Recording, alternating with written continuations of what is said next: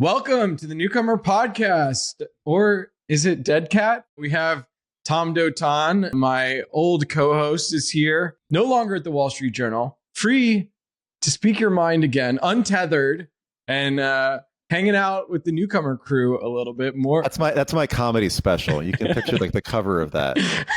I'll be like busted through some chains or something. Finally in the free speech zone again.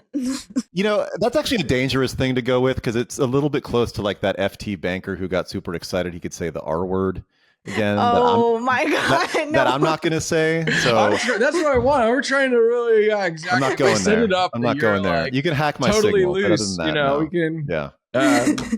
Then we'll really keep you in your orbit. If we make you unhireable by anyone else, that serves our interests. And I'm presupposing the woke backlash, so I'm actually going to be more woke than everyone and get in front of the whole thing. If you're feeling liberated, we're definitely going to be jumping into Liberation Day. So hold on to your hats for that. Great, perfect. With that wordplay, yes.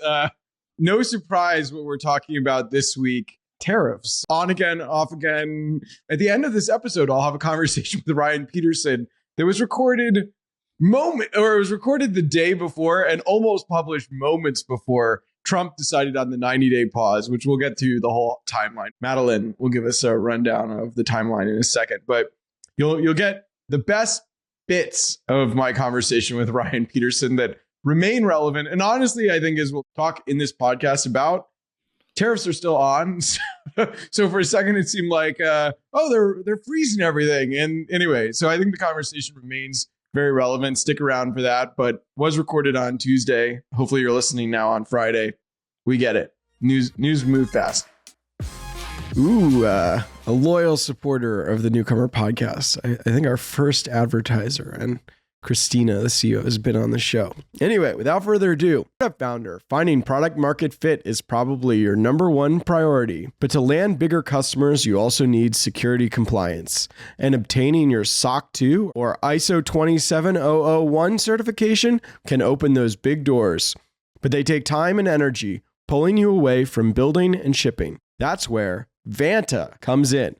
Vanta is the all-in-one compliance solution, helping startups like yours get audit ready and build a strong security foundation quickly and painlessly. How? Vanta automates the manual security tasks that slow you down, helping you streamline your audit. And the platform connects you with trusted experts to build your program, auditors to get you through audits quickly, and a marketplace for essentials like pen testing. So whether you're closing your first deal or gearing up for growth, Vanta makes compliance easy. Join over 9,000 companies, including many Y Combinator and Techstars startups who trust Vanta. Simplify compliance and get $1,000 off at vanta.com/newcomer.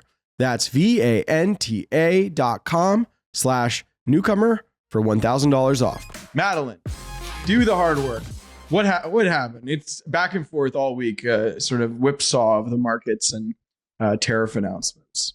Okay, it's a lot of things. It could change before this episode comes out tomorrow. So I'm going to try and give just the biggest overview rundown of the whiplash that we've been seeing for the past week. But basically, this all started last Wednesday when President Donald Trump declared, the Liberation Day, unveiling the first set of tariffs, which is a universal 10% tariff on all imports, and then higher reciprocal tariffs to come, which then were revealed to be basically our biggest trading partners. China tariffs out of control, but then all of the places where manufacturing has shifted because companies have been trying to move away from China, they're getting tariffed even more. So like Cambodia's 49% originally, Vietnam was 46%, Sri Lanka. Right. This was the whole made up calculation, potentially ChatGPT-ified, just totally about the trade imbalance. That was last week. And then of course, markets freaked out. It's just been nonstop like chaos, zooming up and zooming down. I think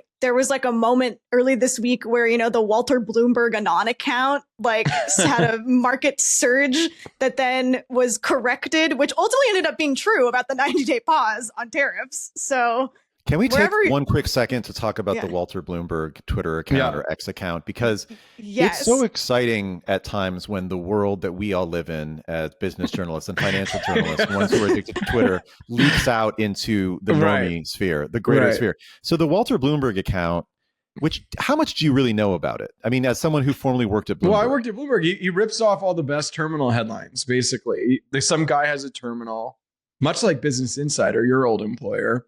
And then they use our headlines, our being Bloomberg, and publish them before they're on the web so that, Bloomberg customers still make the money because they traded on the terminal headline. But then, all the people who, the broke basically traders. What this guy does, right, is he has a Bloomberg account, he has a Bloomberg terminal, and then he, as quickly as possible, publishes in all caps everything that flashes across the Bloomberg terminal. And my thoughts always with that account was, one, this has got to be a gross violations of the terms of services of Bloomberg. I'm sure they're hunting for him. Yeah, I'm surprised Michael Bloomberg has not dispatched like a militia, like a predator-style militia of people to take this guy out, because huge value destruction made just by tweeting out Bloomberg terminal headlines. But also, as a reporter, huge nice boost when you would see your story come out and Walter Bloomberg would tweet it out in all caps.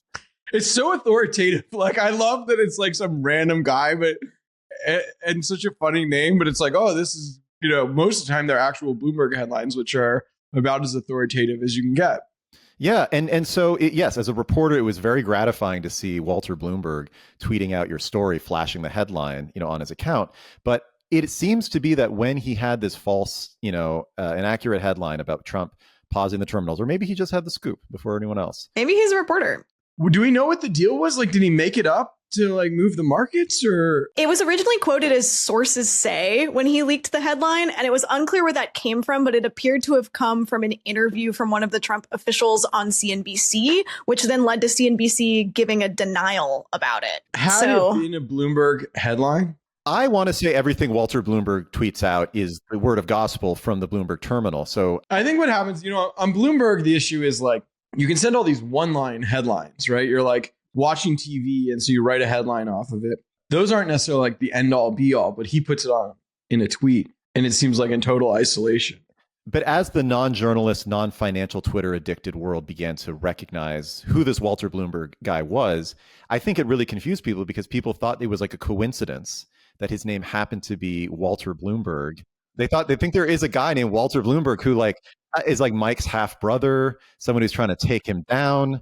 It wasn't ever clear to me, but huge market correction based entirely on a tweet that was maybe inaccurate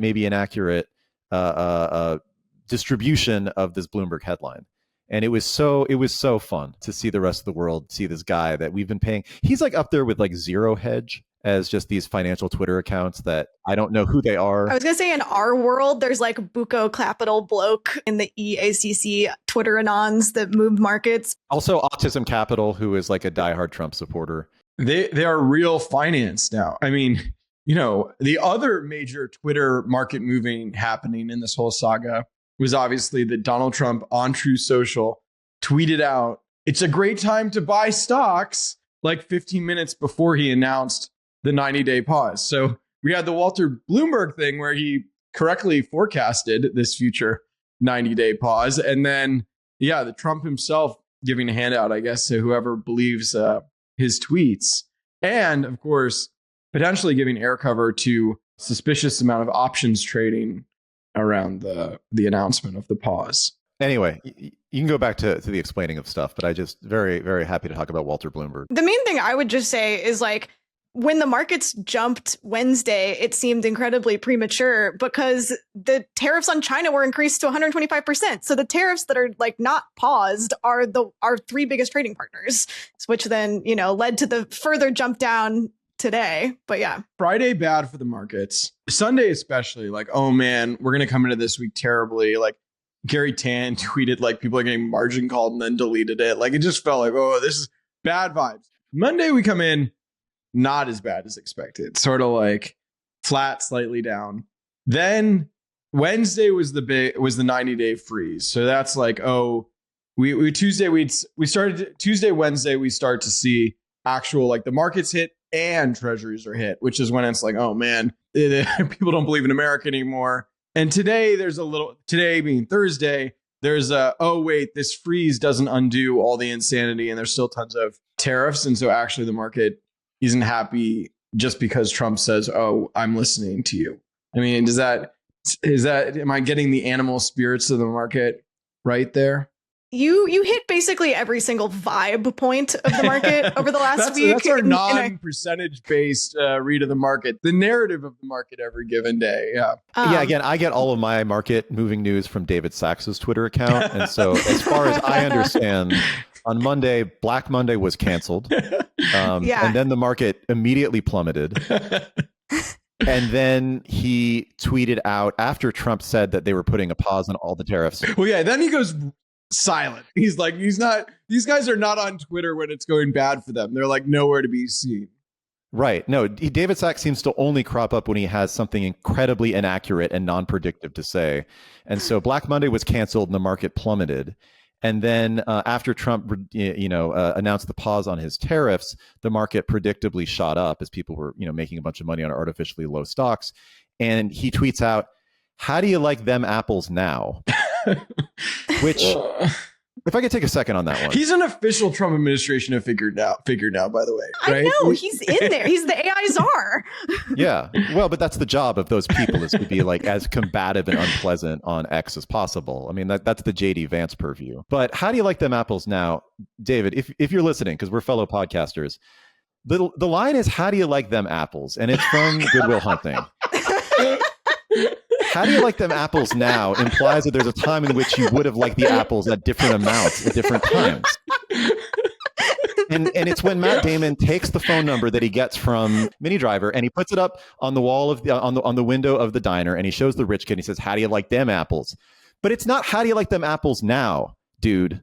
So if you're going to be like, jumping all over people, by the way, before the market had a bad day today, so those apples aren't that great. At least get it right.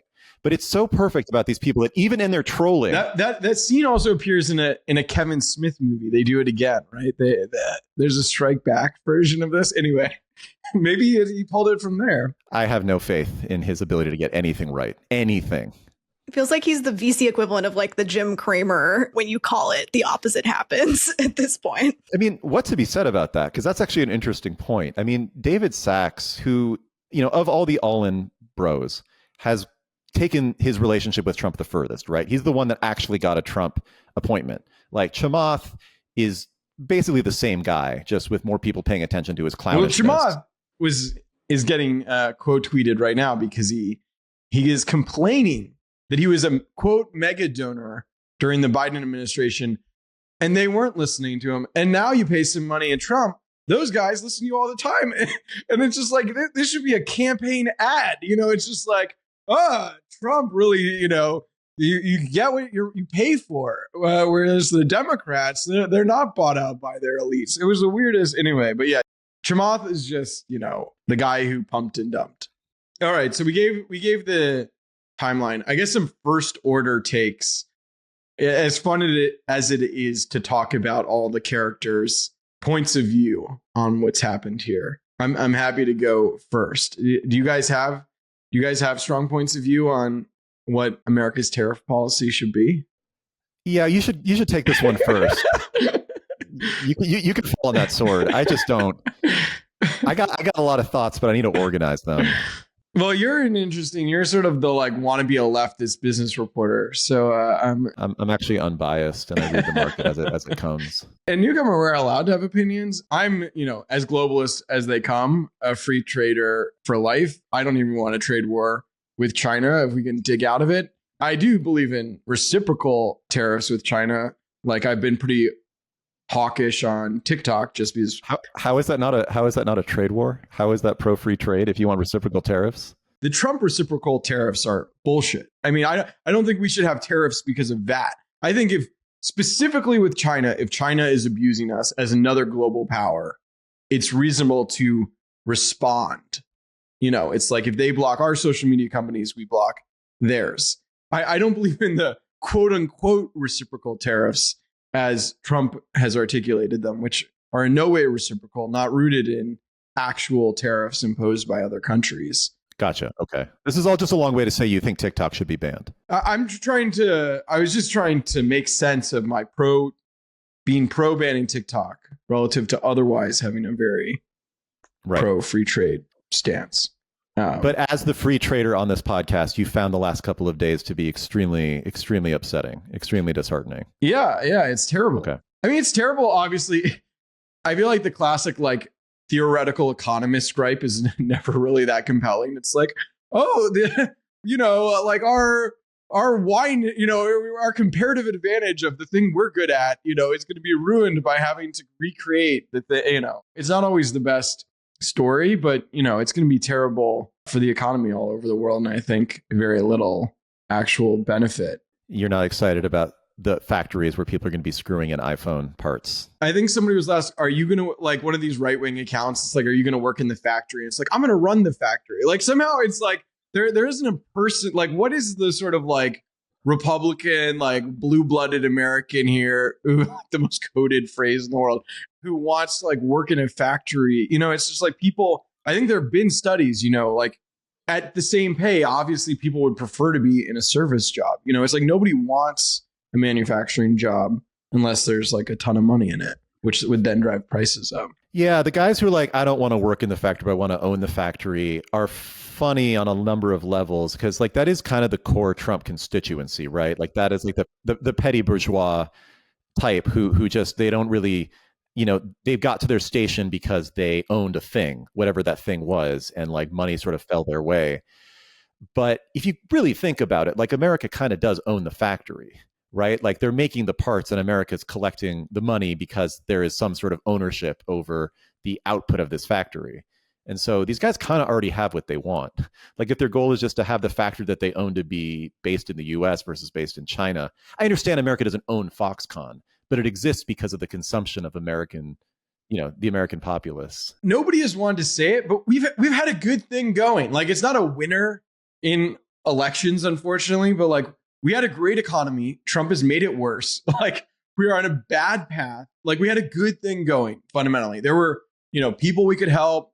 We could expand the safety net. I'd be like, much prefer to give everybody free health insurance than distort the economy with tariffs. But fundamentally, we had a good thing going, and now we're lighting it on fire for no reason. Well, it's also like the American appetite for cheap consumer goods cannot be overstated. And I just don't think that people even pitching for these manufacturing jobs are like realizing it's not going to come immediately. And now all of your immediate benefit of this trade system that you were complaining about is out the window. So I just don't see that being a winner. Well, yeah, it's like if we bring the manufacturing jobs, they are going to be jobs held by robots, basically. To that point, do you think the Silicon Valley Democrats could, get back in the game? And could the Democratic Party and the abundance people, could they take the mantle here? I don't have a ton of interest right now in Silicon Valley Democrats. I don't even know who they are at this point. I mean, aside from like stalwarts, aside from like Reid Hoffman, who is like increasingly isolated socially from a lot of these people, I'm very interested in the Silicon Valley MAGA types at this moment, because they clearly made a bet going into the Trump administration and in the months afterwards that they could kind of steer the ship, which is a bet that a ton of globalists and, free market or just typical capitalists have made with Trump, which is like, we see him as a vessel to be able to enact our interests and the world that we foresee. And they saw with the rise of Trump and, tapping into probably their instilled anger about social change and wokeness and the fact that they're largely all white men who are, employing a bunch of people that don't really like them all that much, that they could kind of capitalize on that and also maybe influence policy. And I think it's really interesting, in the last couple of weeks, we sort of had two major fissures with Silicon Valley MAGA heads. One is like obviously the trade war and like the disaster that's all been. And the other thing was Elon probably reaching the end of we're in the beginning of the end stages of Elon and his relationship with the Trump presidency. You're calling the Elon top of the market here, Tom? 100%. I have no problem. Like, come at me, David Sachs. There's no way. After he expended quite a lot of public goodwill going to Wisconsin to campaign for their Supreme Court candidate and losing, the day after that, stories start leaking to Politico that like Elon is going to start transitioning out of the Trump White House.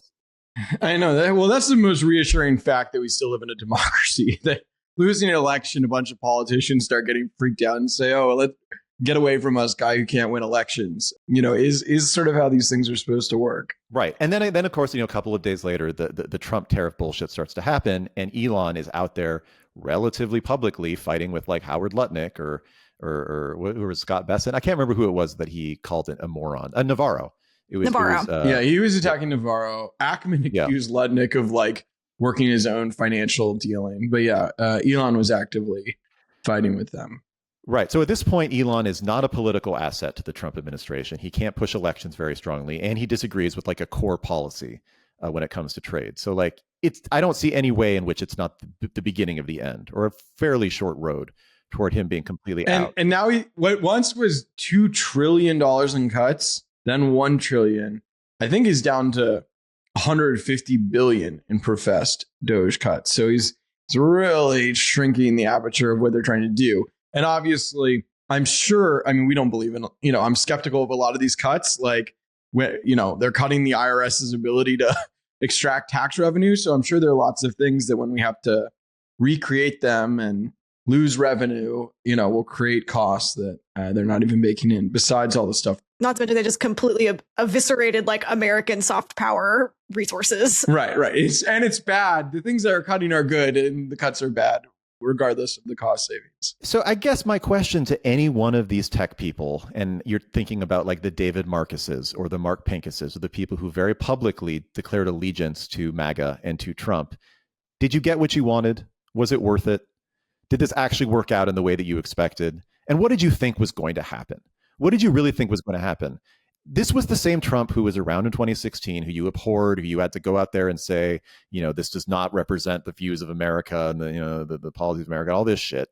And they decided, because it was probably more politically feasible for them to do it this time around, because Trump was more popular, or the Democrats were even more unpopular, that they could publicly declare allegiance to it. Did you get what you wanted? Did this work out for you?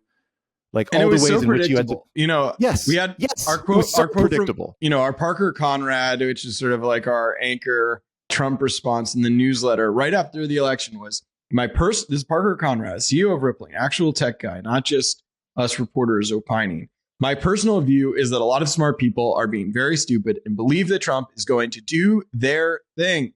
Tech people think he will usher in new tech forward, business friendly environment. Kooky fluoride conspiracy theorists think he's going to take care of that thing, etc. And they'll be disappointed when they get their faces ripped off. And that's exactly what happened. It's just 100% justified. You're right. Yeah. Just totally predictable. Yeah. I was chatting mostly with Silicon Valley, like liberals this week to get the reaction from the tariffs, which was a lot of I told you soing. So I can't back this up because it's all rumors, but a few people were telling me, spoken privately with some people that are certainly very upset that had been, on the Trump train back in November, that are now seeing the consequences of their actions. And it seems like no one's going to come out and say that they were duped at this point. They're all like licking their wounds as their portfolios crash. But even in private, people are feeling like this is utter chaos. And it's like, you could have seen this coming. He said exactly what he was going to do. I was just saying, the whole thing reveals a lack of sophistication, of political sophistication on the part of Silicon Valley in general.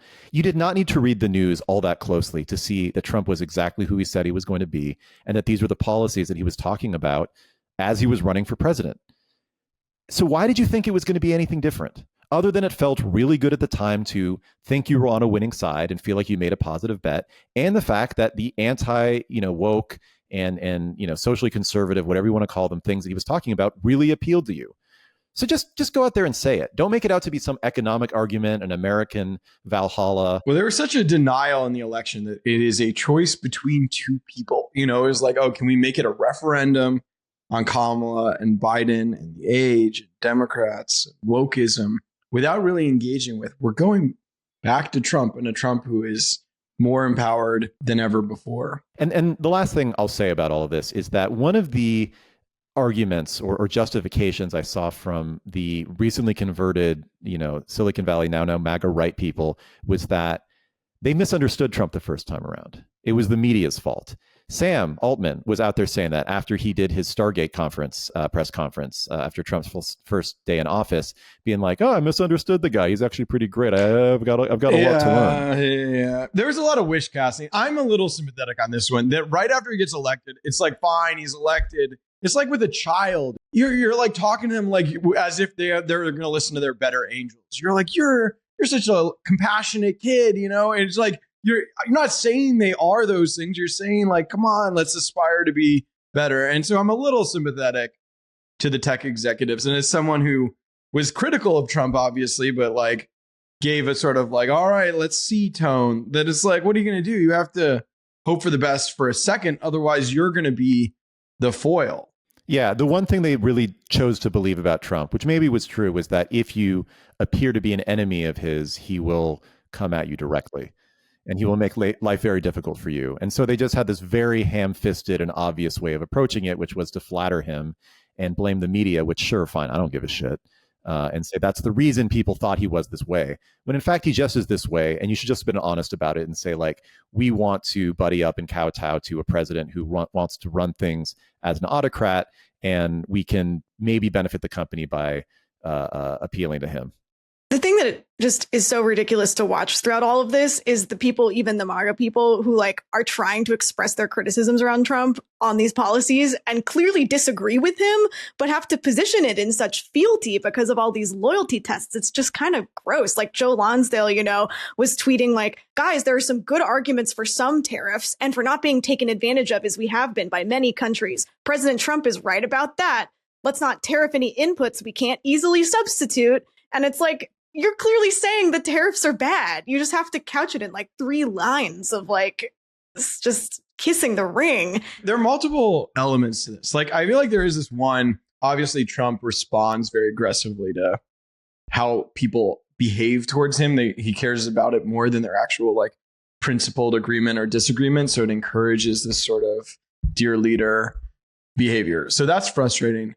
But I also think there's like this element that like Silicon Valley people are so exhausted by like, I don't know, our class of people being like, oh, it's all dumb, that they like bend backwards to understand Trump. And I mean, I love Ryan Petersen, but I did feel like, man, you are a free marketer and like tariffs are like breaking the free market. It is literally like capitalism has made America a great place and tariffs are really like an attack on capitalism and free trade. And like, you'd think they'd be so passionate. This should be their most passionate issue.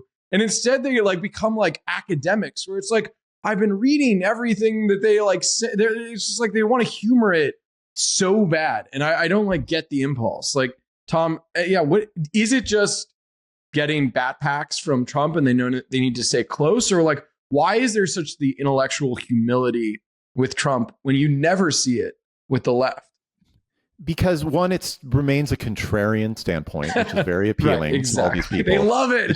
They love it. They love it. Like, foundationally, you can psychoanalyze that all you want in their unhappy childhoods, but like being contrarian is extremely appealing to these people. And then there's also this obsession from a lot of business people, but tech specifically, in trying to position themselves as the intellectual side of Trump. The intellectual, what's the line? I can't remember it, but basically the intellectual argument in favor of Trumpism. And it is, since he is being like a national political figure, a loser's bet.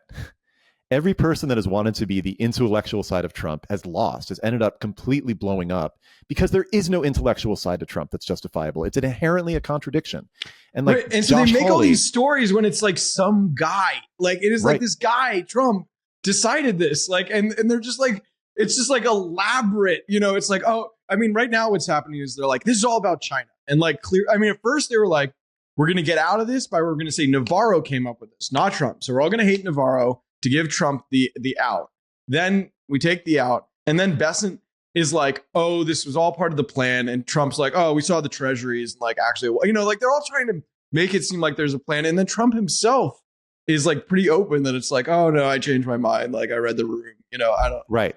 The only thing dumber than trying to be the intellectual argument in favor of Trumpism is trying to be the 10-dimensional chess argument in favor of his, of what his policies are. Because like, this motherfucker upends the chessboard every day.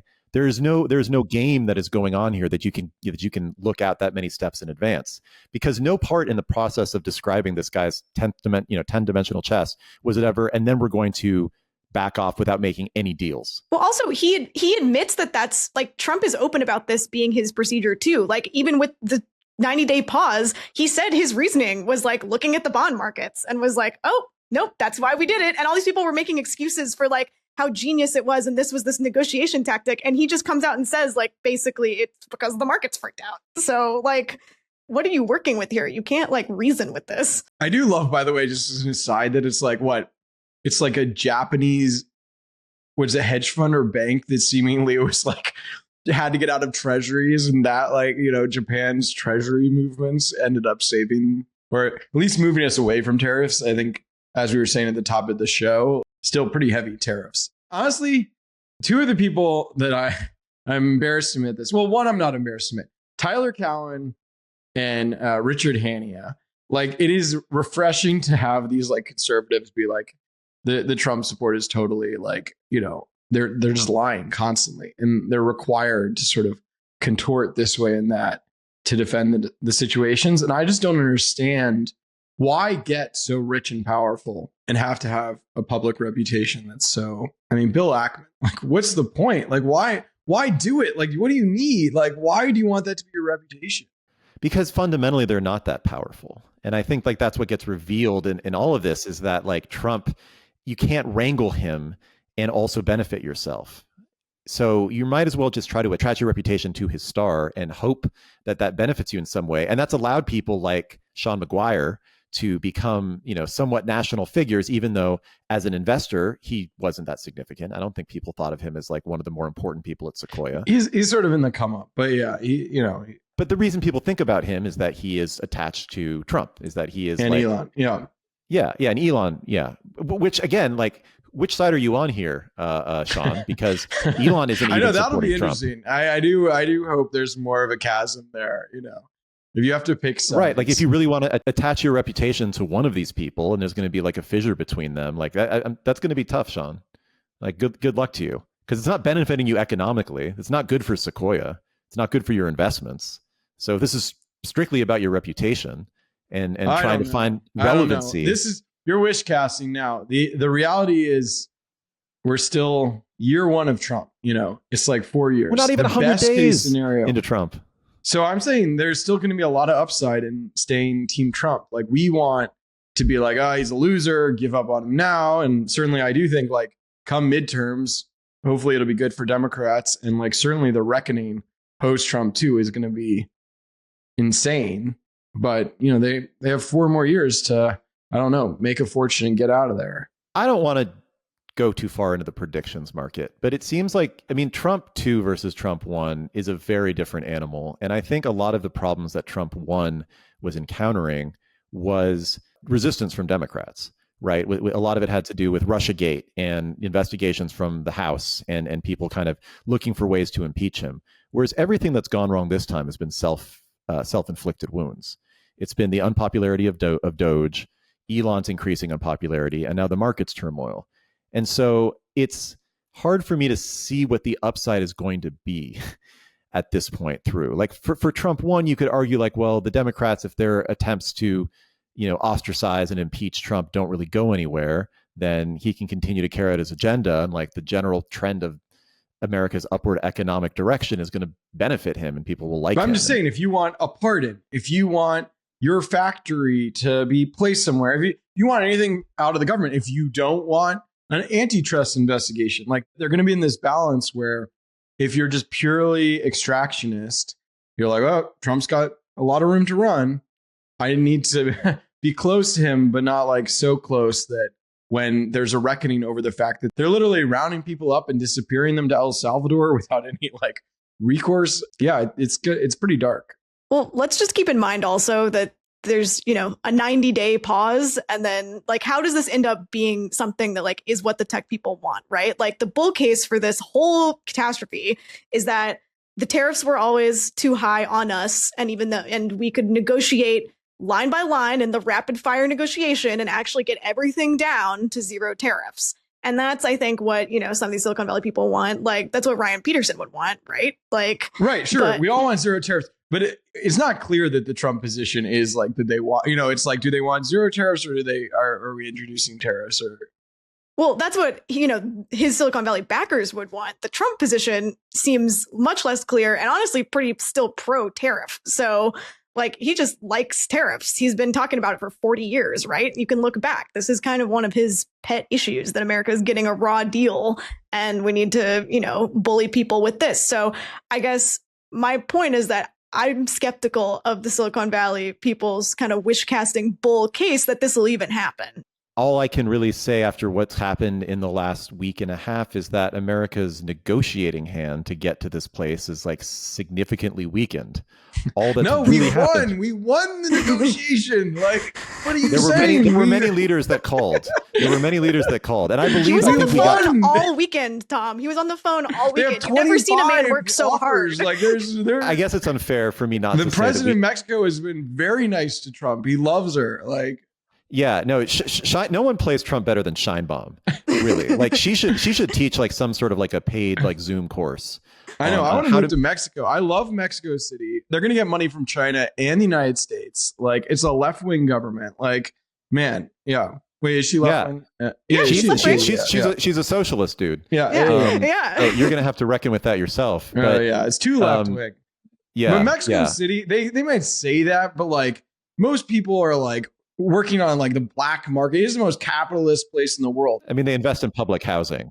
She's certainly more leftist, I think, than even AMLO. But yeah, I guess we were able to get like Cambodia to bend the knee. So I don't want to like sell short the effectiveness of Trump's, market chaos and tariffs policy. But I think we've created a world in which China is a very appealing option for a lot of these countries if they are able to consume at the rate that Americans are. And I don't really see the path now towards like a zero tariff or significant changes in the way that trade is done that benefits the U.S. other than maybe some onshoring of some manufacturing, but I don't see that even happening in the next couple of years. Right. That was always the problem. Like, does Trump have the Constitution? Even if you think he's right, are they really going to stick with the painful medicine long enough to get what they want?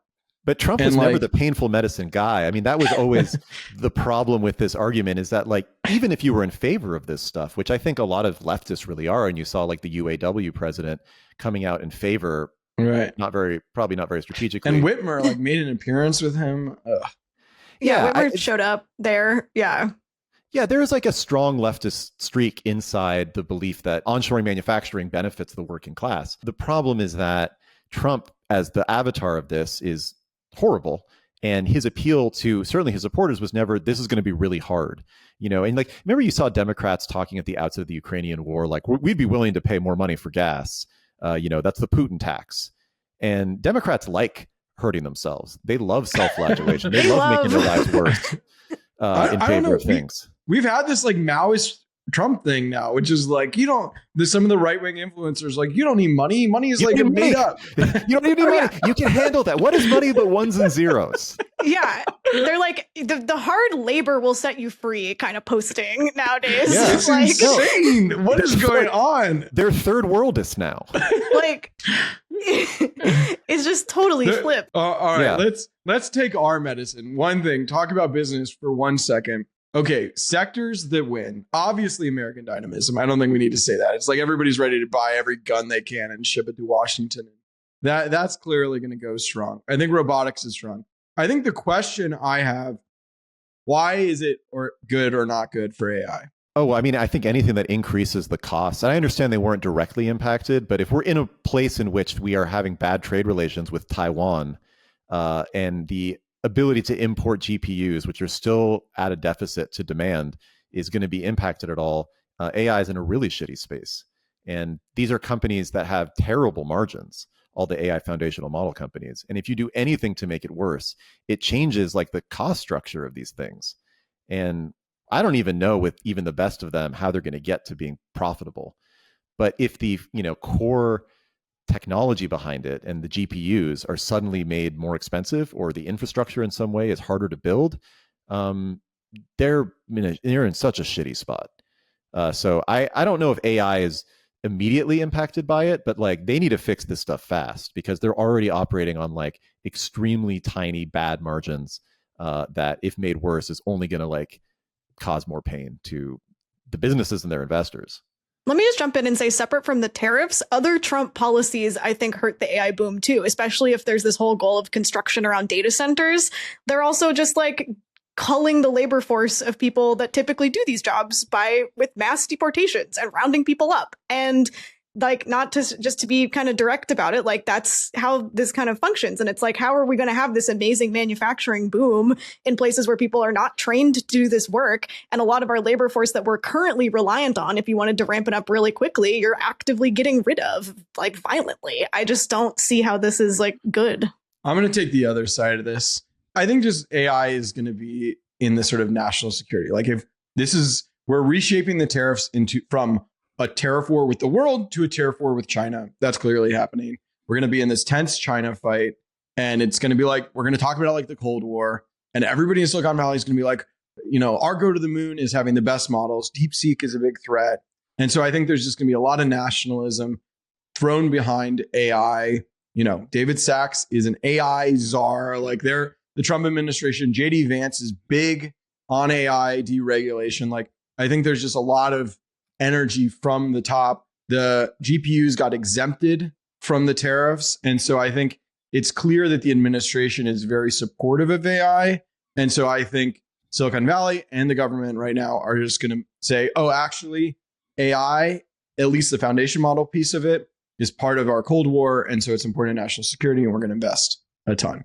Yeah, I guess I could add on to that if they wanted to have some kind of hard reset on trade and policy after this whole disaster, they could make an argument that, like, look, the way it was carried out was not effective and not strategic.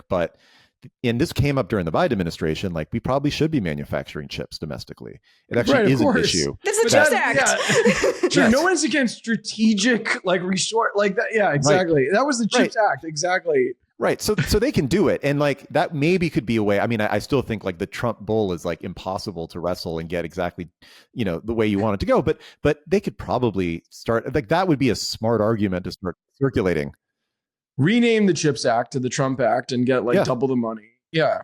Because none of this stuff is a new problem. And I agree with you, Madeline. I think specialization of the workforce is a major issue with the construction of data centers. And you have people like Brad Smith and Microsoft talking about how the biggest thing we need to do in America now is, like, train electricians so that these guys can be equipped to build the data centers. And that is not like a, undocumented labor thing. I mean, that is, the people that would be taking these jobs are very likely educated people who, somewhat middle class and above, upward mobility. So that's a workforce you could be focusing on. It's not the core of Trump's base.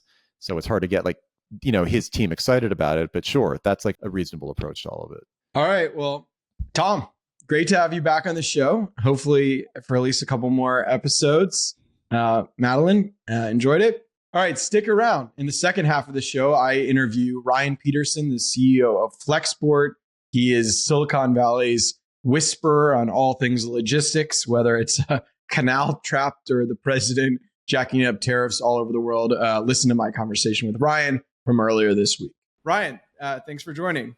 Yeah, my pleasure. I'm like a hurricane reporter. You're just like always in the middle of us. Exactly. Whenever there's a canal jammed up or weird policies, we come to you. So do you think, like, the Silicon Valley set is sort of aligned with Trump? Do you think all of us are, like, pretty free marketer, or do you think there is a subset here that agrees with the tariffs? Or what's your read on, like, the Silicon Valley, like, point of view on the tariffs? Folks I've talked to are big advocates of the Trumps, and some of whom have gone to work for Trump are pretty upset about the tariffs themselves. Right. Sort of violate they were hoping for a very libertarian, like, let's deregulate. It wasn't just about pronouns. They were like, can we deregulate the economy and shift towards, like, we're all about growth. That's my core view, is that growth is the most important economic issue, because so many of our other problems were 7% growth for 10 years. You're twice as rich. If you could achieve that, like, and everybody was twice as rich, you would, even if it was not equally distributed, if the government would have twice as much tax revenue, we'd solve so many of our. Well, that's why you have one party that says we'll definitely not blow up the economy, but maybe we'll slightly slow it down. Another says 20% we blow it up, and then, like, a bunch of I don't know, but yeah. Another thing, I sort of try not to engage in any argument unless I think I can argue the other side's point of view better than they can. And so I think there's some valid reasons certainly they're after some noble goals here. Is like the United States should industrialize more. Tariffs, by the way, we have a $2 trillion deficit every year that's unsustainable. So like tariffs are another form of taxes. Maybe it's better than income tax. I feel like the problem with the tariff argument is that the Trump administration is not doing a good job of successfully articulating one coherent argument. Like some of the arguments contradict themselves. There are 3 or 4 good ones for it in a national security environment. I mean, we got to have some manufacturing because you're not being able to make any ships in America or any, like anything else. It's not good in a situation where there's a war. So there's plenty of good arguments for it. And yet it's just a very complex system that nobody understands. I'm not even saying because they're dumb. It's just there's no one who can understand all the. Just look at one of these infographics. That's the beauty of markets and not central planning. It feels like the Republican communist Mao all of a sudden. It's like we're going to tell you how to build your iPhones. And certainly the government sets the rules and rule of law. And there's lots of reasons why government wants to change course and drive things and have a national strategy and all of that. But markets need a time to adapt. They need to be able, we're a bit like the analogy I've been using is we're like a 60-year-old man who hasn't been to the gym in 30 years and is going to go back and remembers how good he was when he was 30 and he could deadlift, 600 pounds and he gets a herniated disc. And so we got to ease into. But we're not a 60-year-old man. We're like a great, banker and a great coder and a great money lender to all the world. It's just like on a lot of domains we're in the best shape of the world, and sure, we're not ready to go work in a manufacturing but anyways, I'm selling my own book. Tariffs are bad for my business, so obviously how much is Silicon Valley and startups, how much are they going to be hit by this? How much do you think they're really dependent on supply chains, or it's just it's a software business, no tariffs? Or how do you think about the effect for Silicon Valley? Chips, semiconductors in general were exempted. So I think that was they dodged a bullet there. That's probably the biggest deal. But, computers were not. So you now have to import the chip. I'm seeing a lot of conversations going between technologists who are like, oh, if I can't import a graphics card would be taxed, even though the graphics card, by far the most expensive part of it is the GPU. The GPU is duty free, but the graphics card is not. And you're going to pay on the full amount of the graphics, includes the semiconductor. So now maybe this is Galaxy Brain incentive to create, graphics cards in the United States because you can import the chip duty free, but now you have to assemble it in the US. If we become the people that are like, oh yeah, in America, you always have to assemble your computer at the last mile because, of some weird government regulation, it feels antithetical. They need to study more how East Asia actually succeeded in industrializing because, of course you can do those kinds of rules. And America has the power because we have such a big consumer market. And so people will play the game and you can build a big company. But to actually know you're building a good company, you got to be able to export. That was the rule that these Asian governments set. The ones who succeeded in building up industries was where they actually exported, and because export is proof that you're making a competitive product, a competitive company. If no one around the world buys your stuff, then all you've done is protected your market and hurt your own consumers, to create you moved wealth around inside your own country.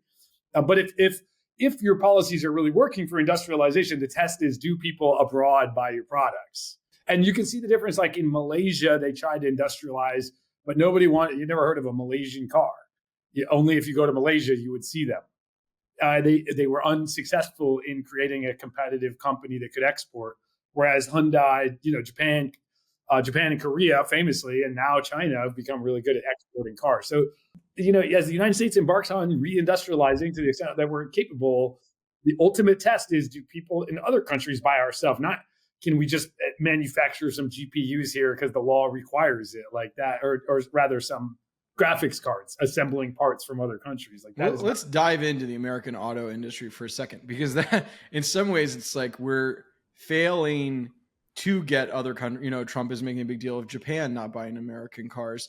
Do you have, this is a little far afield, but do you have a point of view on whether these countries are really setting up barriers that mean that the American automakers are fighting an unfair fight, or you think it's just our product is not competitive with what they can buy?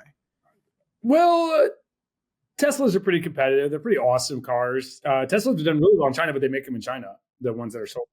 And by the way, Tesla, when you go to China, Tesla's way behind. The cars are so far beyond in quality and build quality and features. And I haven't actually driven. What is it? BYD? Everyone is so excited about them. In some ways, the US, we're getting denied now. We're the ones with the sort of second-rate products. Yeah. I'm afraid to drive on Chinese roads, but riding in the backseat, they're freaking amazing.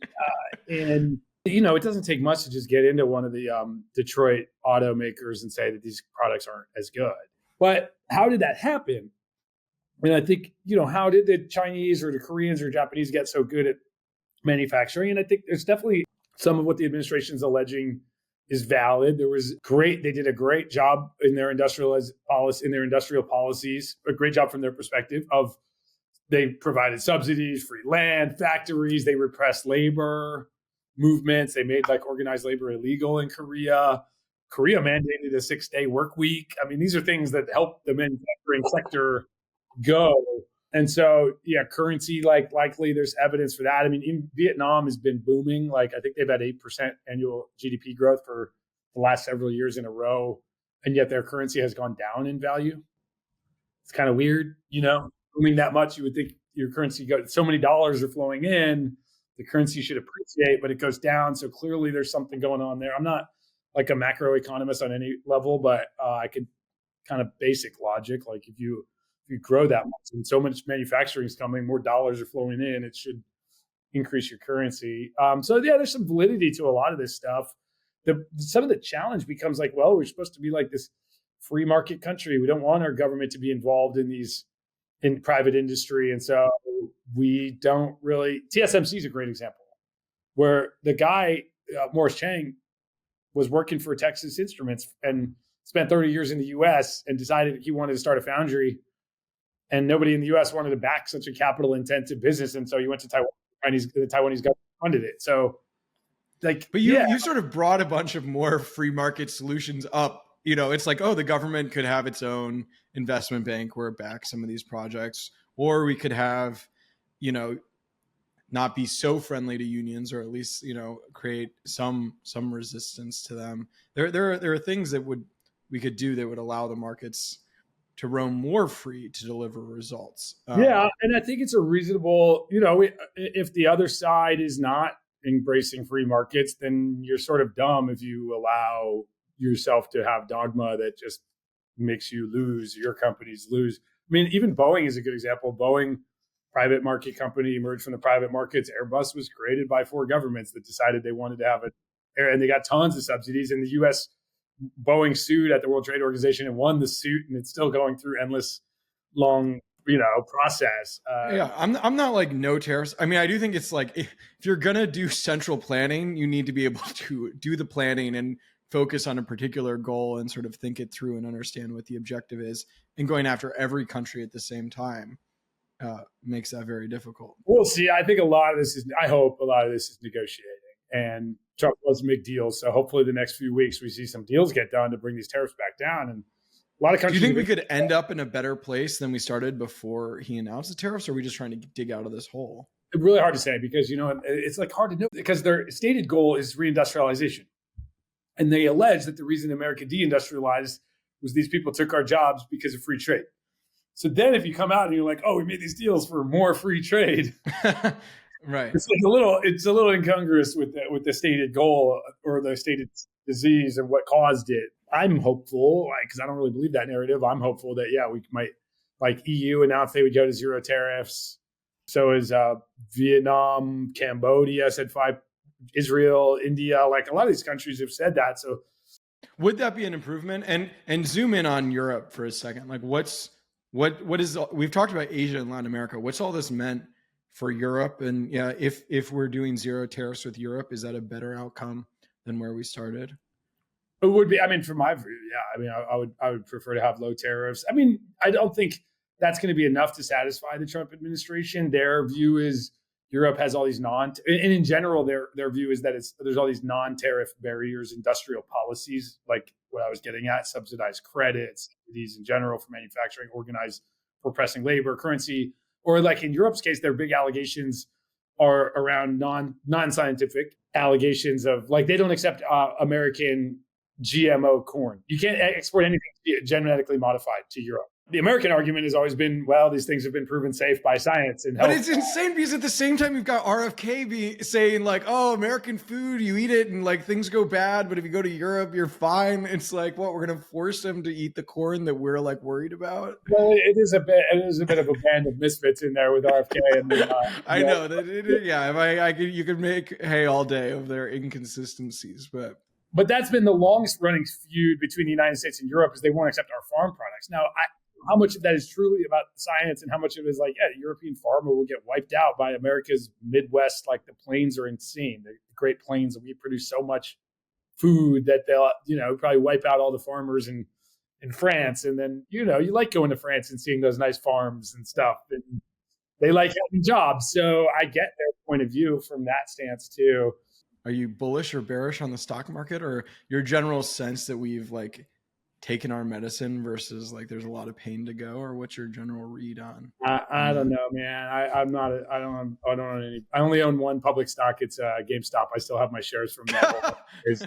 You're like, that shows your sort of nihilism about the markets. It's like the only stock I bet on is pure gambling. It admits I have what 10 it is. shares. I'm letting it ride. No, I have no idea. I'm not a public market investor for probably, I should have some in the index or something, but mostly I've just been Flexport. Everything's tied up in Flexport. I'm definitely like, this is really ugly for, they're going to have to do a lot of magic to repair things and allow not to have mass bankruptcy in really very large sectors of our economy of companies that buy internationally, buy and sell. I think there's a lot of stuff in this that's going to hurt U.S. export. Obviously, I'm very close to that problem because it's a lot of our own customers. So worried about our customer base, how they're going to make it through this. Thankfully, Flexport's in a well-capitalized situation, so we're going to be able to ride out the other side and be hopefully in a better place than ever in a couple of years when we get, I think we get to the other side of this. And we've been through worse as a civilization. It's not World War II level catastrophe. I don't think it's Great Depression or anything like that, but in our sector, it's going to be pretty brutal. Are you purely international? Or what does this mean for Flexport's business? Is there we'll do stuff inside the US, or you rely on doing things cross-border? We've made a couple acquisitions that have made us a big player in the domestic side. So we bought Convoy and Shopify Logistics. So both of those are US domestic plays. So we do about 200,000. We'll do about 200,000 truckloads this year domestically, moving freight around the country. 97% hands off the wheel, automated, just tech only. So we love that business. And Shopify Logistics does e-com fulfillment. Now that's going to be hurt by these merchants because most of the goods are made internationally. They'll be hurt there. But I think that business has a tailwind now because the fulfillment that was being done in Mexico and Canada is going to come back to the U.S. So it'll be balanced by that. I think that business will be in a good place. But we're definitely on the international side. Our customers are going to feel this, and that'll flow through to us to less volumes, probably lower prices, et cetera. You think you'll have revenue fall? Yeah. We're modeling that. Our revenue is volume times price. So both of those are likely to fall. So yeah, it could be financially, it's going to be tough. We're going to have to dig in and, Flexport's been through some rough periods over our lifetime. So we'll be fine. We'll find a way to get through it all and make sure the main key is just focus on the customers and get everybody talking to every customer you can and solve problems for them, bring new customers in, et cetera.